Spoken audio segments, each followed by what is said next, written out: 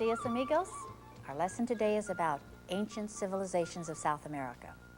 Long before Columbus sailed to the New World, there were great Indian civilizations in the Americas.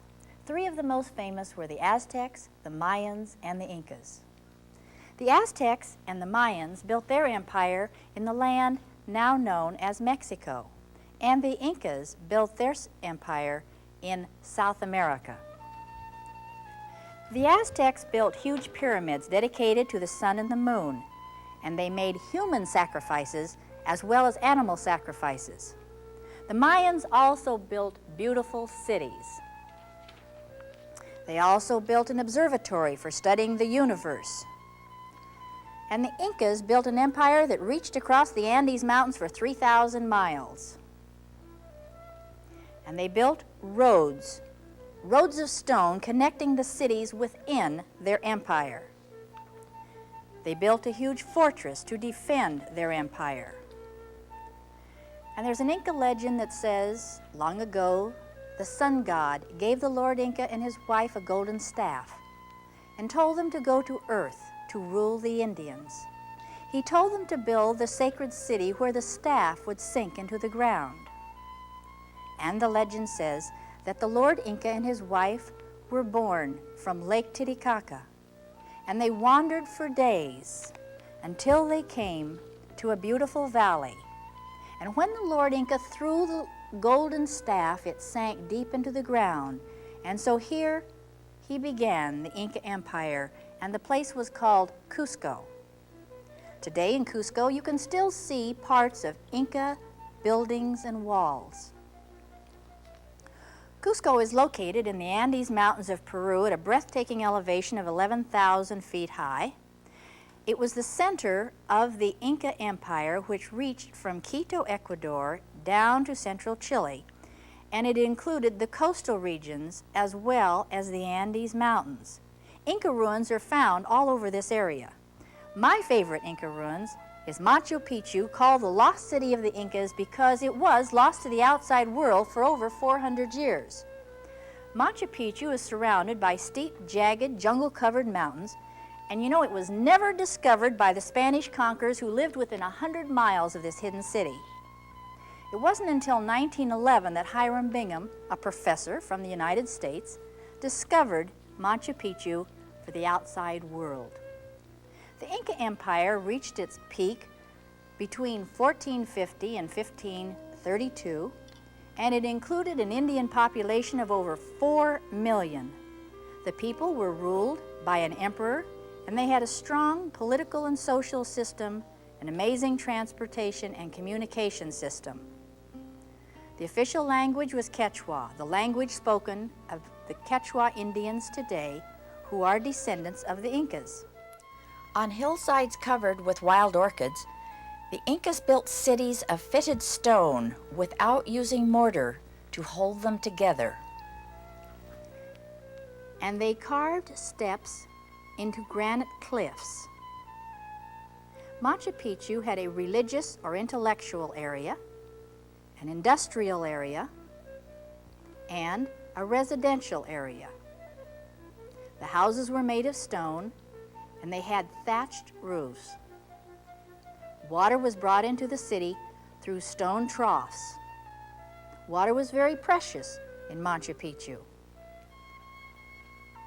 The hillsides were terraced for farming to raise food for the population, and there were over 26 different kinds of plants grown, such as corn, beans, and potatoes. They plowed the soil with a foot plow, such as used today. And this is the kitchen area where the cooking was done. This is a stone which was used for grinding corn and other things.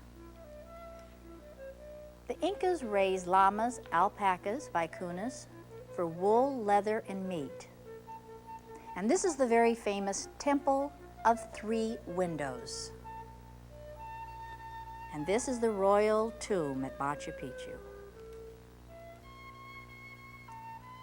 And this is the hitching post, where the high priest tied the sun each winter to make sure that it would return to Machu Picchu during the coming summer.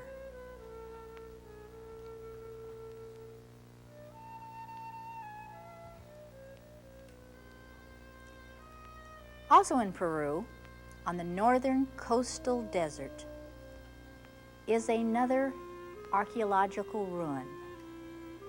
Nearby, the surfers surf in a surf boat made of totora reeds. This same type of boat was used over 1,000 years ago by the Chimus. Chan Chan was the city that they built.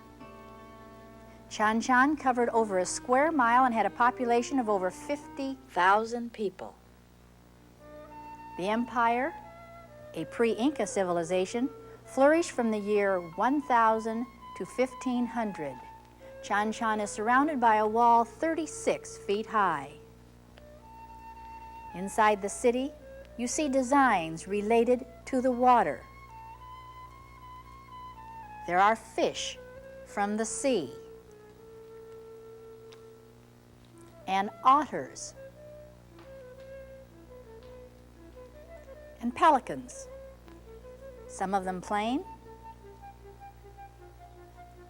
and some rather fancy pelicans. Chan Chan, a city made of adobe, was perfectly preserved in the dry Peruvian desert for over 1,000 years. Then, in 1925, a freakish thing happened. It rained for 7 days and 7 nights, and unfortunately, most of Chan Chan was turned into mud piles. Millions of dollars worth of treasure have been taken from Chan Chan, gold, silver, and pearls, and archaeologists are still gathering artifacts to help solve many of the Chan Chan mysteries. Chimu pottery helps archaeologists learn many things about this ancient civilization. And I think these little statues are cute. These are little wooden statues, and the one on the right shows somebody with their hands tied behind them, a prisoner. Apparently they had bad people living during the Chimu Empire also. The archaeologists also found some mummies over 1,000 years old, perfectly preserved on this desert. The Chimu Empire was conquered and destroyed by the Incas in 1460. Another interesting archaeological site is Easter Island. Easter Island belongs to Chile and is located in the Pacific Ocean, 2,300 miles west of Santiago. It's one of the most isolated places in the world, and yet archaeologists agree that at least 3 different cultures lived here at one time. There are over 600 gigantic statues carved from volcanic rock. Some are standing exactly where they were placed centuries ago by an unknown people. Some are covered half in soil as they look out to sea. And some have fallen face down into the dry golden grass. And other statues are unfinished, waiting patiently for someone to free them from the volcanic rock that they are carved from. Who carved these giants and why? Where did the people come from that carved the statues? Why did they suddenly stop? And where did the people go to? What happened to them? All of these are mysteries of Easter Island. One of the most interesting things I discovered on Easter Island was a stone wall near a statue. Look very closely at this wall. Does this look familiar to you? Like one we saw just a little while ago? Huge stones fitted perfectly together, nothing needed to hold them or cement them together. Now, this is a wall built by the Incas. Does it look familiar? It's part of Machu Picchu. It's in the Andes, 3,000 miles away from Easter Island. There's a mystery for you. Now, Easter Island has other interesting carvings. This is a carving of a sea turtle. Here's one of a fish. But the most interesting of all are the many carvings of birdmen. They have the hands and feet of a man and the head of a bird. What do you suppose that means? Was it an imaginary creature? Was it a god from outer space, or even perhaps an ancient astronaut? Easter Island is an island full of archaeological mysteries waiting to be solved. Maybe someday you'll be able to help solve some of these mysteries. Now, located on the Altiplano of Bolivia near Lake Titicaca are the archaeological ruins of Tiwanaku. Tiwanaku, ruins of a pre-Inca civilization, is considered by many South American Indians to be the center of creation. Tiwanaku is one of the most ancient and isolated cultures in the Americas. No one seems to know where the people came from or why they disappeared when their civilization seemed to be its most glorious. Some believe that it came to a violent end, earthquake, volcanic eruption, or maybe even a flooding from Lake Titicaca. Others say it may have been due to civil war, poorness of the land, or an epidemic. The civilization of Tiwanaku flourished from the year 1000 to 1500 and at one time had a population of over 150,000 people. The people were farmers, miners, and smelters, and the most important gift to the conquering Incas was bronze, which was used for making tools and weapons. Their bronze was as hard as steel. The Incas called the inhabitants of Tiwanaku the people from the south, and the Aymara Indians of today are direct descendants of these people. One of the most interesting things to see at Tiwanaku is the Door of the Sun, carved from one piece of rock that weighs 10 tons. Archaeologists believe this to be a calendar, a sun calendar or a moon calendar. It's not known exactly what kind. It's just another one of those many mysteries that we have from Tiwanaku. Not far from Tiwanaku is Lake Titicaca, and on the lake there are floating islands. These islands are made of reeds, and on these floating islands live the Urus, primitive peoples who are living very much today as they did during the time of the Incas. The Urus make houses, boats, and islands of the totora reeds which grow around the edge of the lake.